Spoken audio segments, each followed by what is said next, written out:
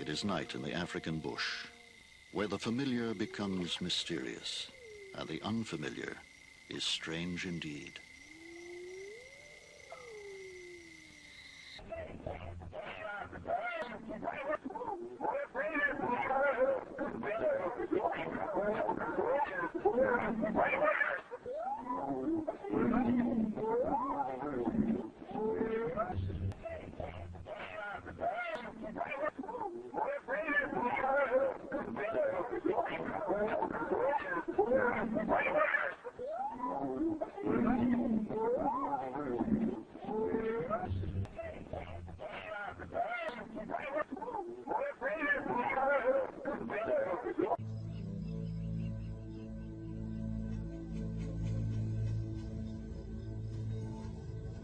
In the night, her blood drains out into the grass.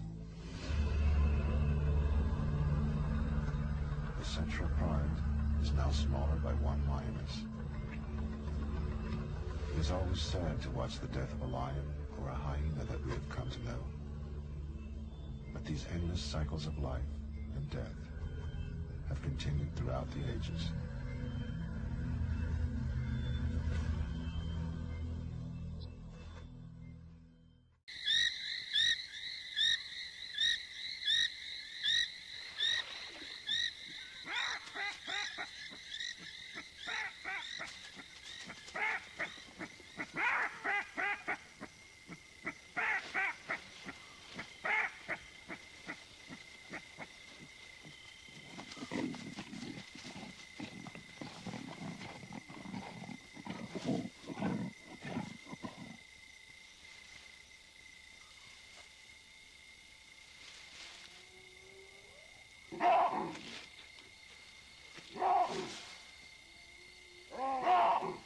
It is the time and place where lions come into their own, and man does not willingly venture.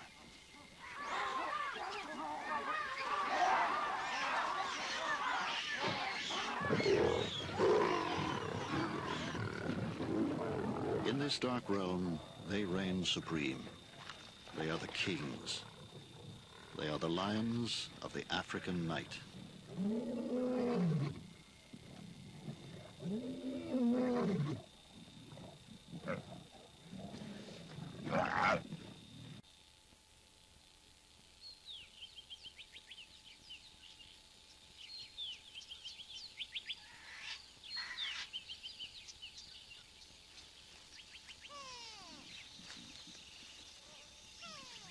A day in the bushveld of southern Africa draws to a close, and a pride of 30 lions that has dozed and slept through the long hot day lazes on.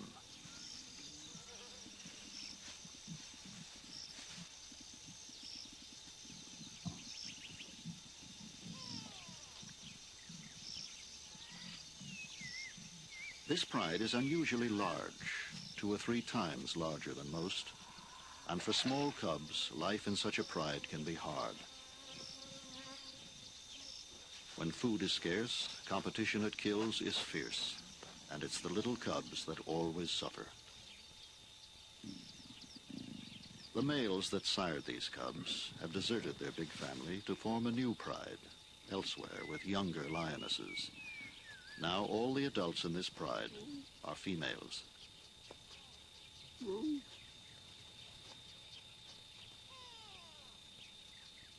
They rest on, waiting for the day to cool. For lions are seldom active when it is hot, and like most prides, this one hunts mainly at night. They'll hardly stir until the sun has set.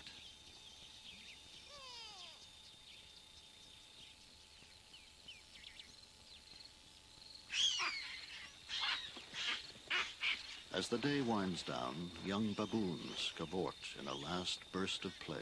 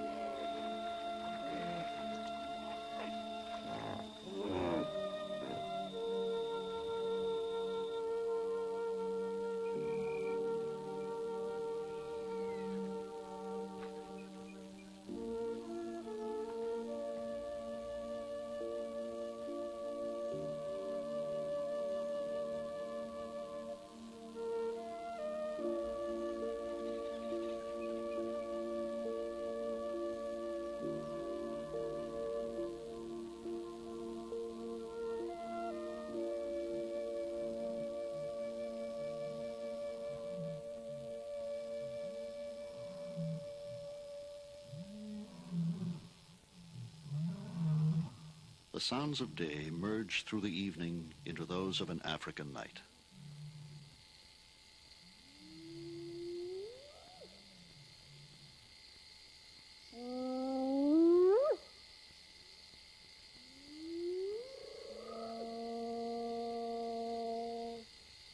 A hyena sniffs the night as the clan set out on their hunt.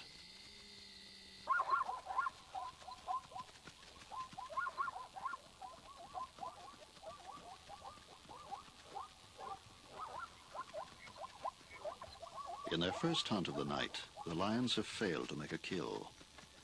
They have panicked and scattered a mixed herd of zebra and wildebeest, which are still vulnerable as they try to regroup.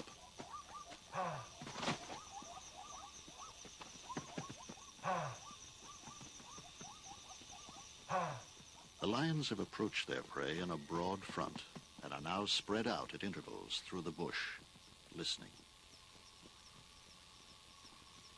When hunting at night, lions rely almost entirely on their acute hearing. They move noiselessly through the darkness, stopping frequently to stand motionless, listening for the slightest sounds of their prey.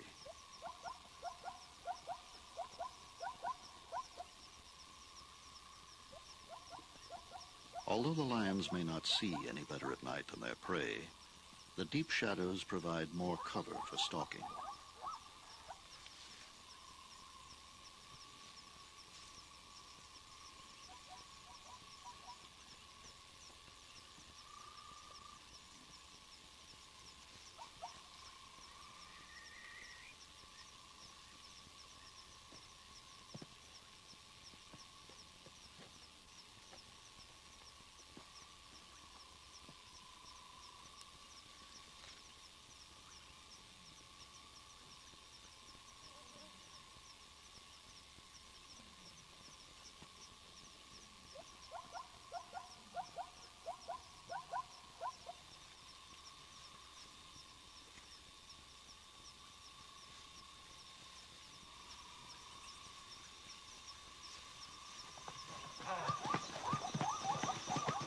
The herd has picked up the scent. Lions pay no heed to wind direction. They're not aware that the wind will carry their scent to the quarry. And, like most hunts, this one ends in failure.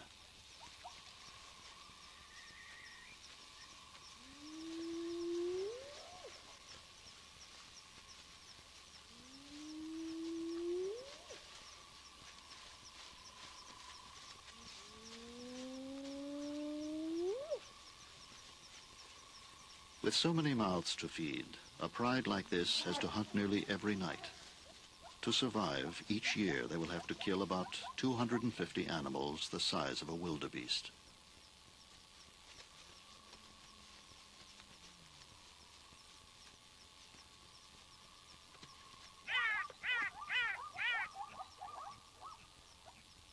Most of the larger animals of the African bush and savanna are as alert and active by night as they are by day.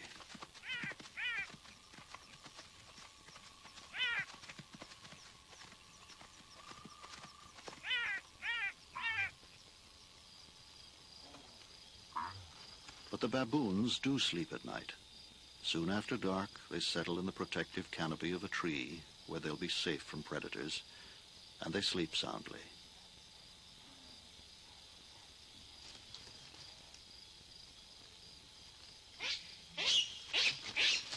Or they would, if it weren't for the antics of their young, who fight and play, resisting sleep to the end.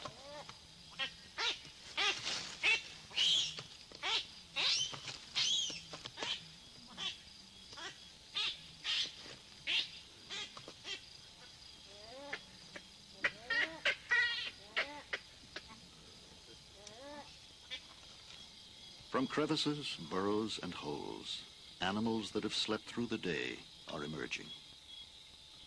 These night apes will feed until daybreak on tree resin and insects, moving with prodigious leaps through the trees.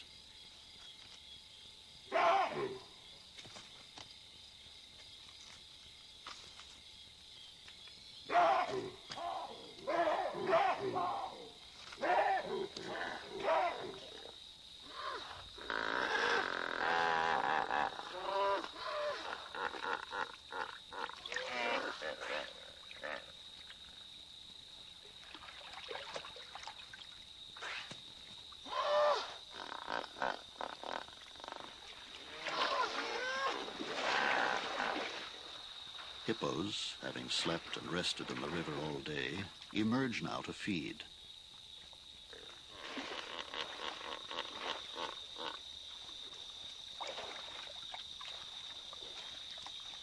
At night they graze on grasses and sedges along the river's edge. But sometimes, when food is scarce, they will lumber several miles inland to find enough to eat. By dawn, each will have consumed about 80 pounds of forage.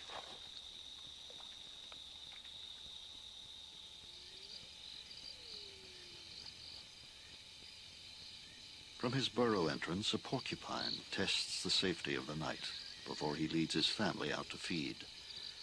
The tiny pups, only a few weeks old, will accompany their parents along regular trails in their search for the bulbs, roots, and bark on which they live.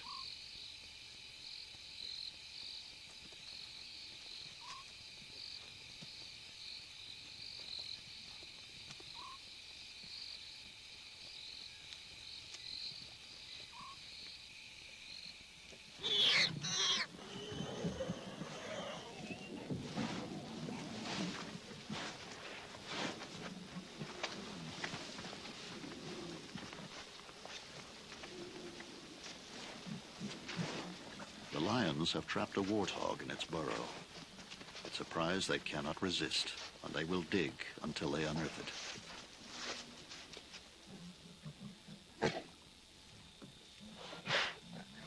Fierce and frantic, the warthog in its burrow lunges with its sharp tusks at the digging lions. But with such odds against it, the outcome is inevitable.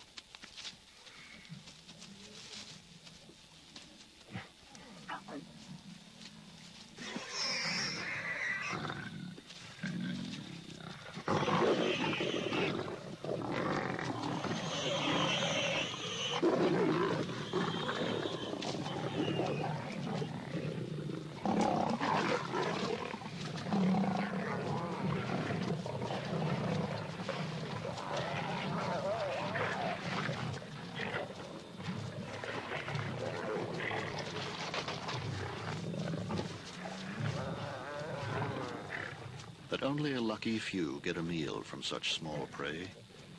The others search the ground for scraps.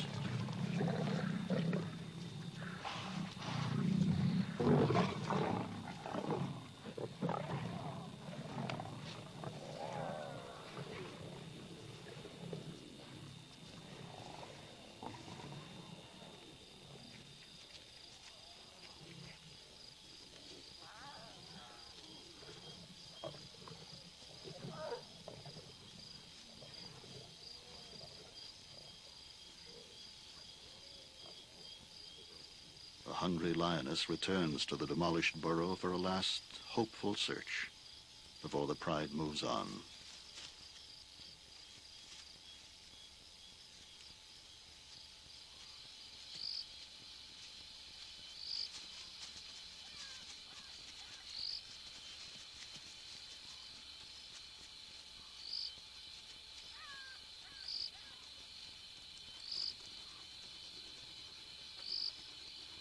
A black roach digs the hole where she'll place the package of eggs she carries attached to her abdomen.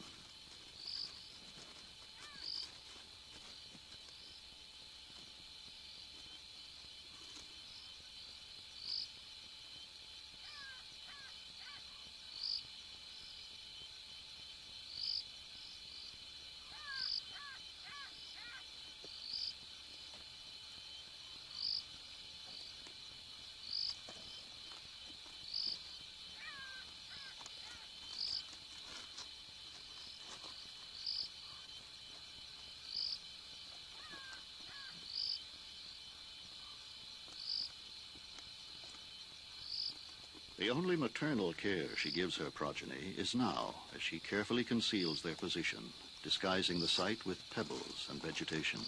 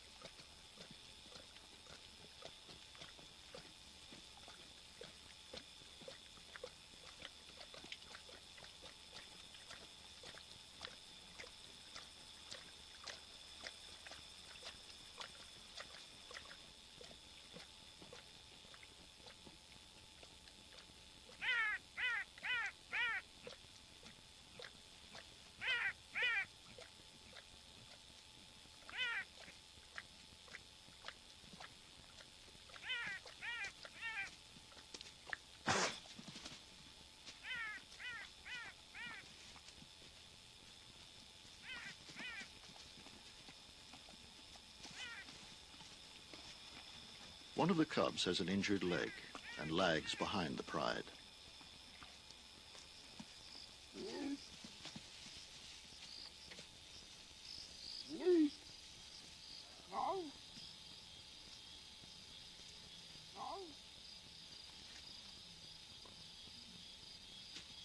The pride does not wait for her, and she struggles to keep up.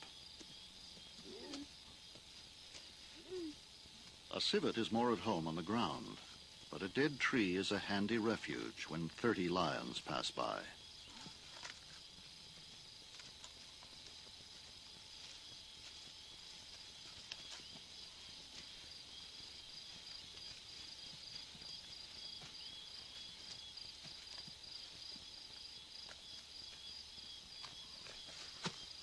Now he can resume his nightly search for fruits, insects, and the smaller animals he preys on.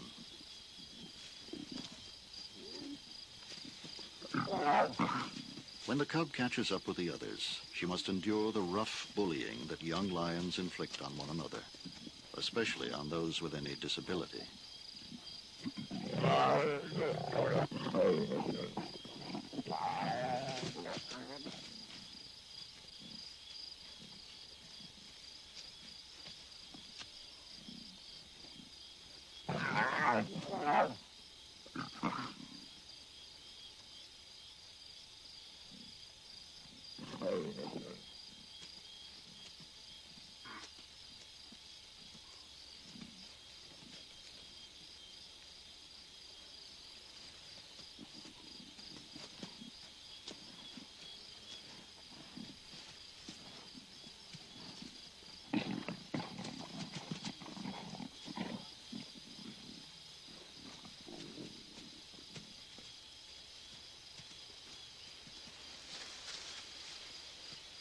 There is usually a little comfort to be had from one of the adults.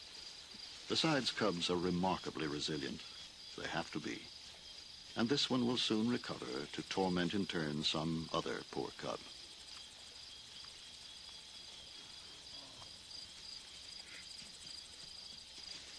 Unless driven by hunger, the hunt proceeds at a leisurely pace. At intervals through the night, the pride will stop to rest, and sometimes even to sleep soundly for a few hours.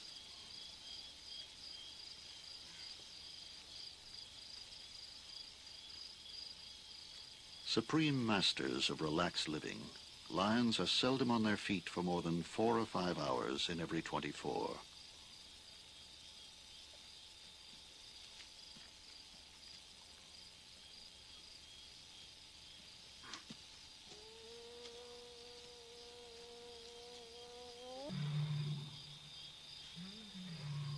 Roars in the night can mean danger for the pride.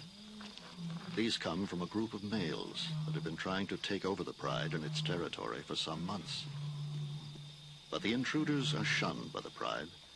The males tend to kill cubs they have not sired, and they always appropriate any prey killed within their hearing.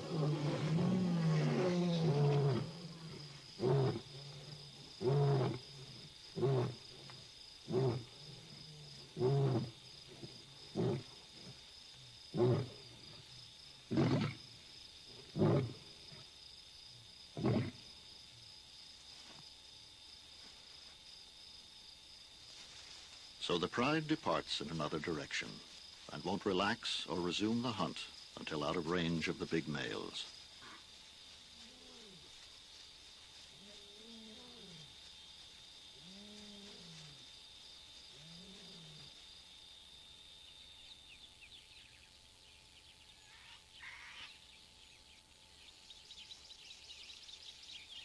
Dawn finds them safe and asleep, several miles from the troubles of the night. Most nights, the pride will walk about 5 miles.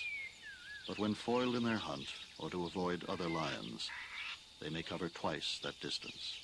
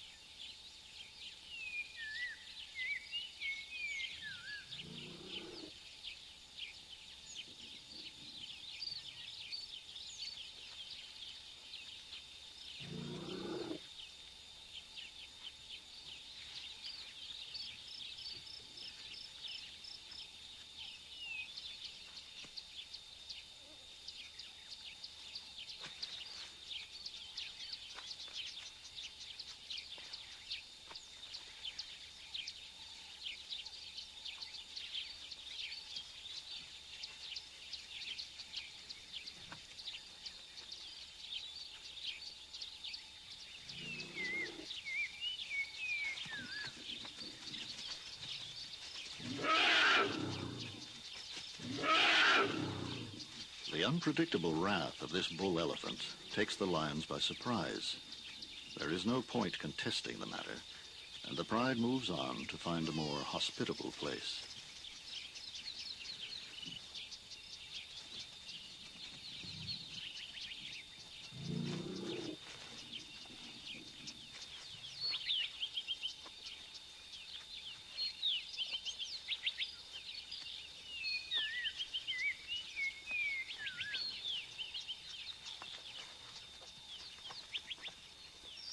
A male ostrich sits tight in his nest, despite the steady approach of a herd of buffalo. If he deserts now, the buffalo might well trample and scatter the eggs.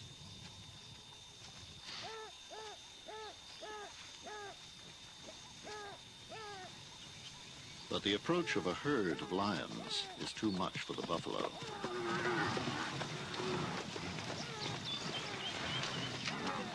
And the ostrich also abandons his clutch.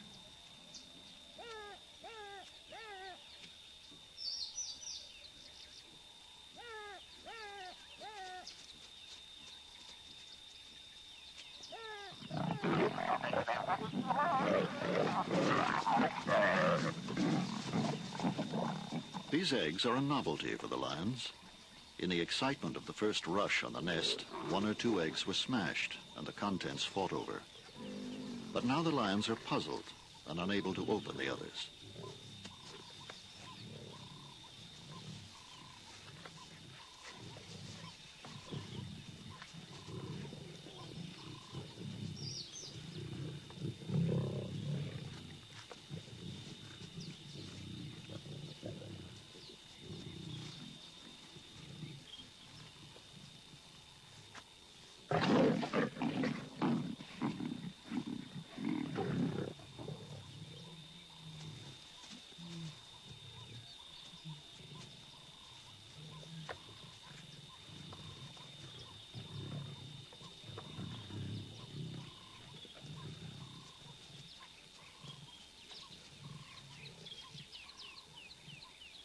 There's more fun for a cub in the futile stalk and chase of the female ostrich, who has just returned to the awful scene at her nest.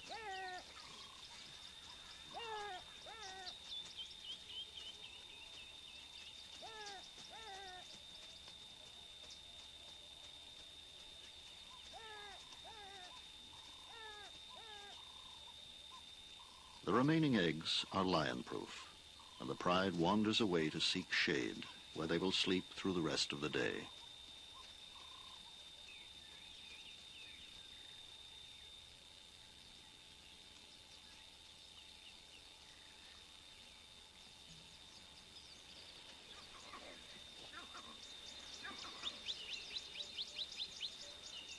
By late afternoon, it is overcast and cool enough for the lions to stir, and the younger ones have found a tree to play on.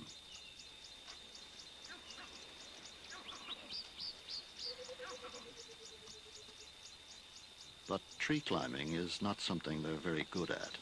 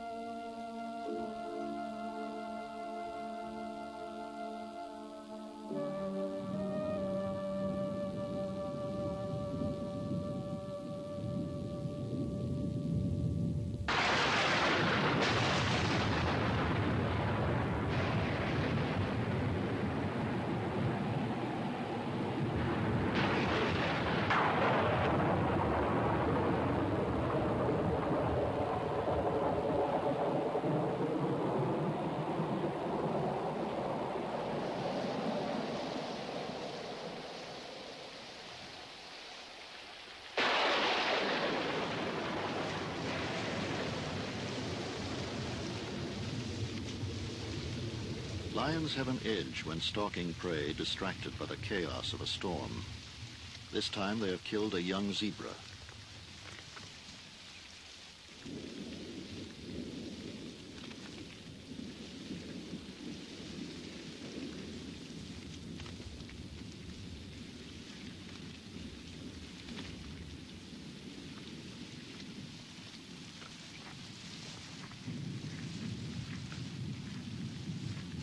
But even the lions are unnerved by the fierceness of this storm.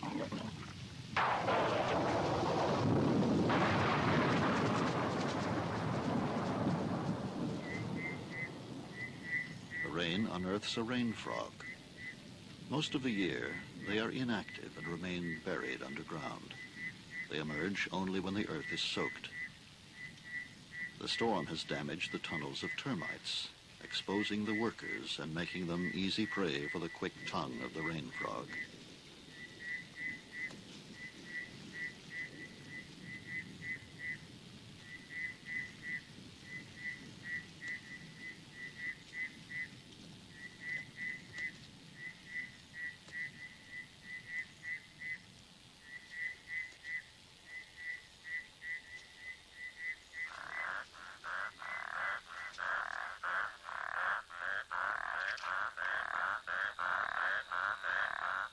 During the rainy season, temporary ponds are formed throughout the bushveld. About 20 different kinds of frogs will breed at night in this pond.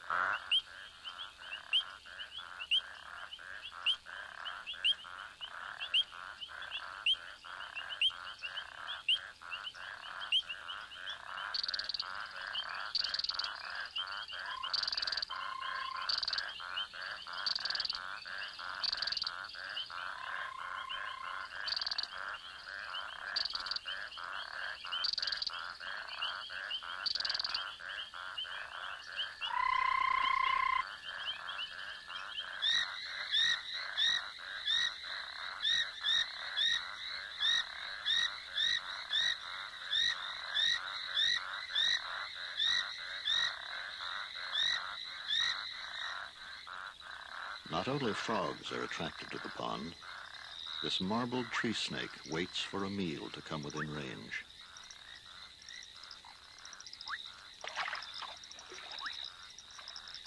Most of the frogs will deposit their eggs in the water, but there are exceptions. These golden leaf-folding frogs are placing a row of eggs along a blade of grass. With their hind legs, they fold the blade to form a cylinder in which the eggs will develop.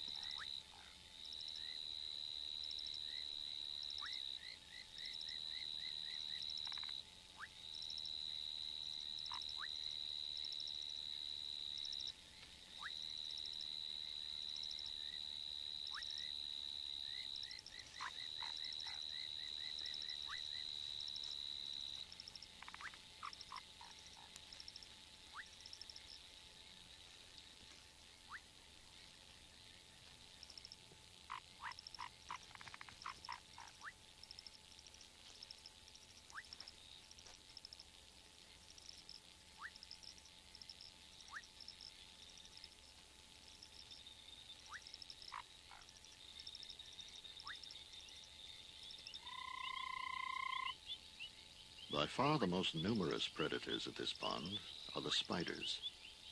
They wait motionless at the water's edge.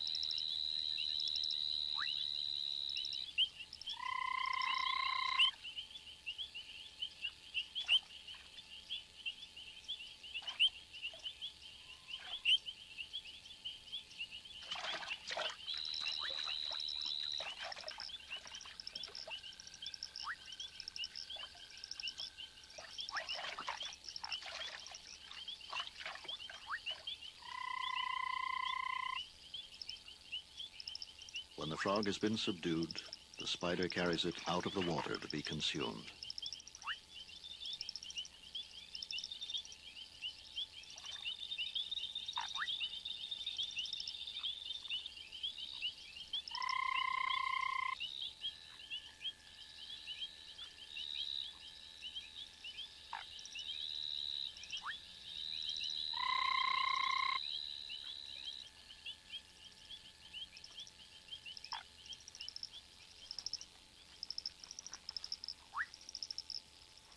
In a tree over the pond, a pair of foam frogs are making their nest. With their hind legs, they whip up the foam in which their young will spend the first 5 days of their lives. The female provides the mucus together with her eggs, while the male on her back adds his sperm to the mix. Soon the foam hardens on the outside to a meringue-like crust. From other nests made 5 nights previously, tiny tadpoles are slipping out and dropping into the pond below, where they'll complete their development.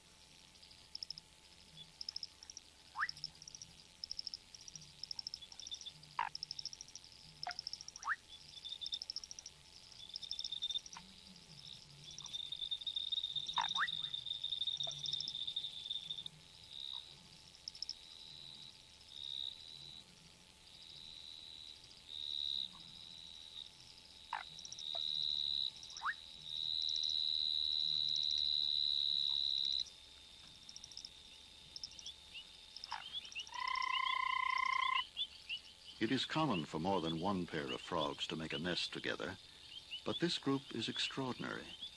About 40 frogs are contributing to this nest, which, when completed, will contain about 3,000 eggs.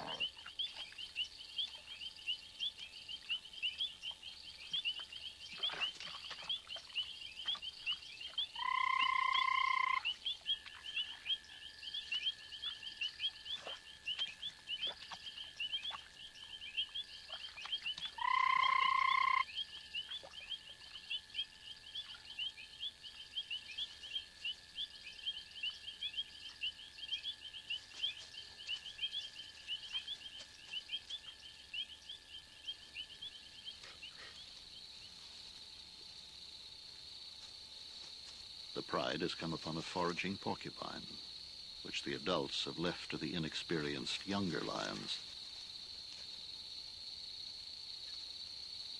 The porcupine has been wounded, but not badly, and there is much fight still left in it, as the cubs are finding out.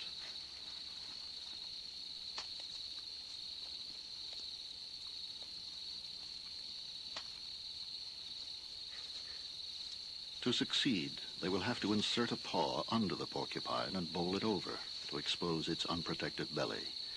But they're not finding this easy, and frequently get stuck with quills.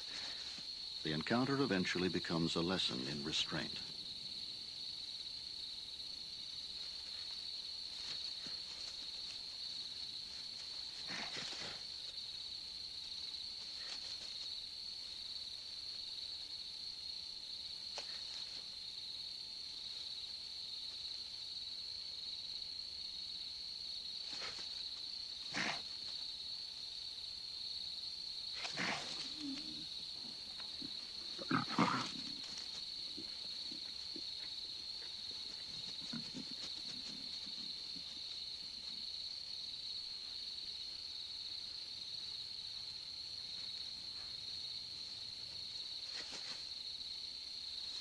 With more time, the cubs may have succeeded, but the adults have moved on, and the cubs leave to catch up.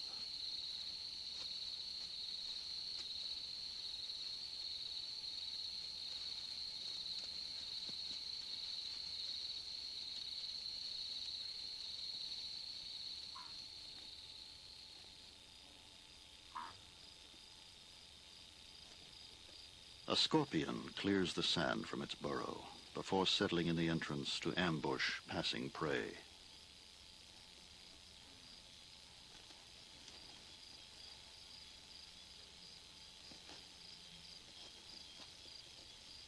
Millipedes are often eaten by scorpions, but this millipede has an escape technique that makes it almost uncatchable by any scorpion.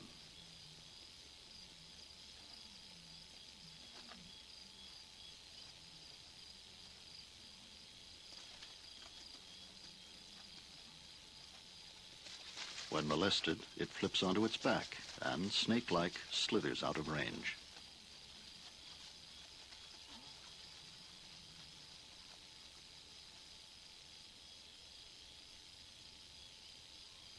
A genet is on the hunt.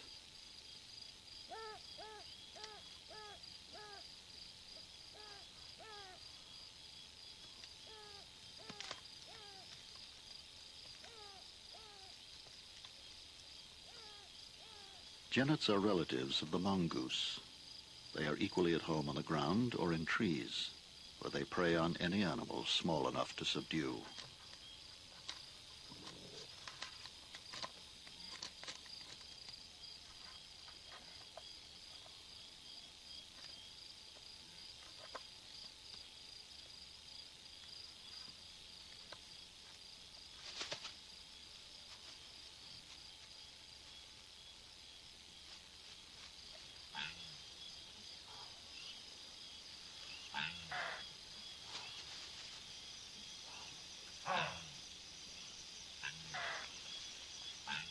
A charge on a wildebeest herd is imminent, and the younger lions listen for the outcome.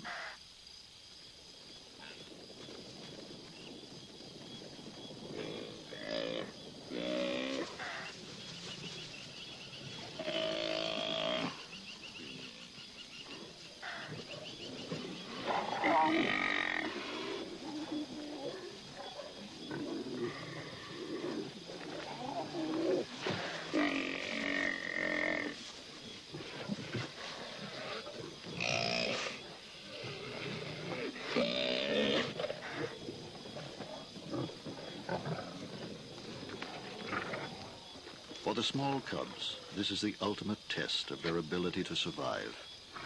Only by displaying a fierce will to take its share can a cub get enough to eat.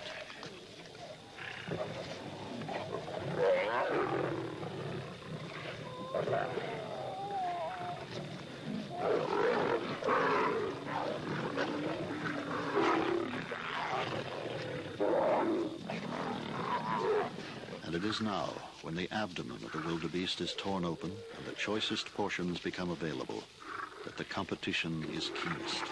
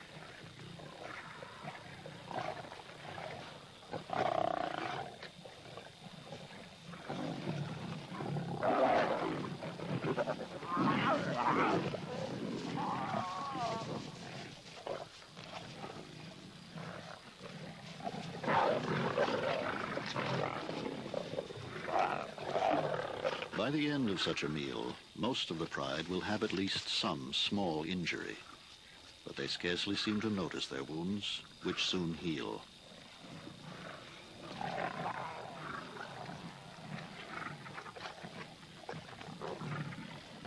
Eventually the carcass is dismembered.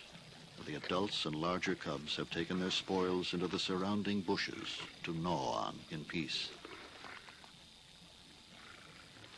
The younger cubs now have easier access to the remains of the carcass, which they attack with a will.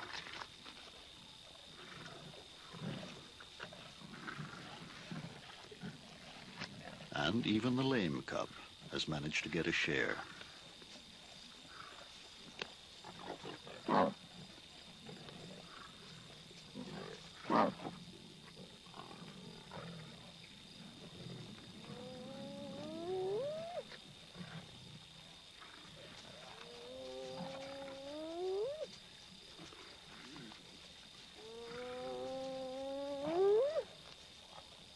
Hyenas and jackals that would snatch a meal from smaller prides find this group too formidable.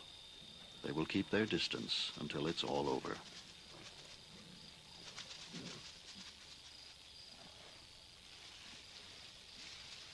The lions that have finished eating groom one another, licking away the blood from each other, and probably renewing bonds that were battered during the frenzy of eating.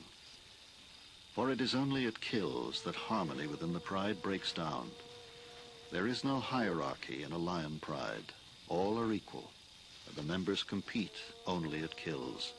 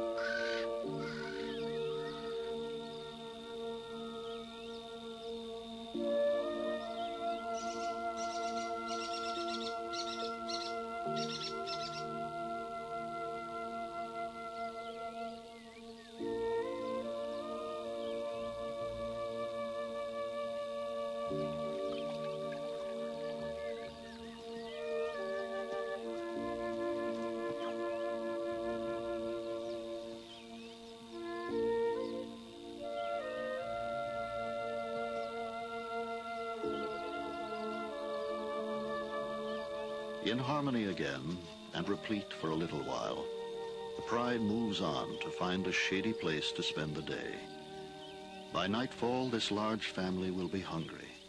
Impelled once more on their everlasting search for food, they will resume again their journey through the African night.